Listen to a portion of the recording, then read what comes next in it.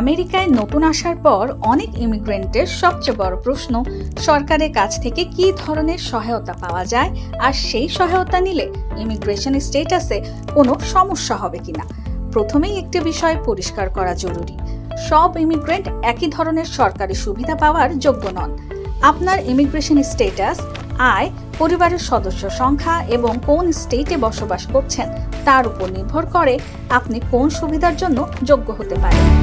সরকারি সহায়তার মধ্যে খাদ্য, স্বাস্থ্য, আবাসন, শিশু ও পরিবারের জন্য বিভিন্ন প্রোগ্রাম থাকতে পারে। যেমন সেকশন 8 হাউজিং চয়েস ভাউচারের ক্ষেত্রে আয়, পরিবারের আকার এবং নির্দিষ্ট এলিজিবল ইমিগ্রেশন স্ট্যাটাস বিবেচনা করা হয়।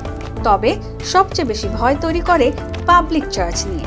2026 সালের জুলাইয়ে USCIS এর 2022 সালের পাবলিক চার্জ রেগুলেশন বাতিল করেছে।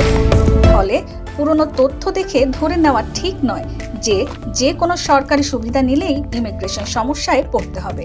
পাবলিক চার্জ নির্ধারণের ক্ষেত্রে নির্দিষ্ট আইন ও ব্যক্তিগত পরিস্থিতি বিবেচনা করা হয়।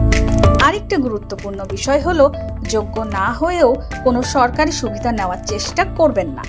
আবেদন করার আগে আপনার স্ট্যাটাস ও এলিজিবিলিটি যাচাই করুন এবং তথ্য সঠিকভাবে দিন।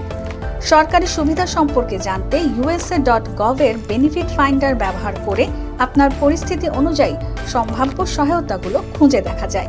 সবশেষে মনে রাখবেন, অন্য কারো অভিজ্ঞতা আপনার ক্ষেত্রেও প্রযোজ্য হবে এমনটা ধরে নেওয়া ঠিক নয়। আপনার ইমিগ্রেশন স্ট্যাটাস ও ব্যক্তিগত পরিস্থিতি অনুযায়ী সিদ্ধান্ত নিন। জটিল ক্ষেত্রে যোগ্য ইমিগ্রেশন অ্যাটর্নি বা অ্যাক্রেডিটেড লিগ্যাল রিপ্রেজেন্টেটিভের পরামর্শ নেওয়াই নিরাপদ।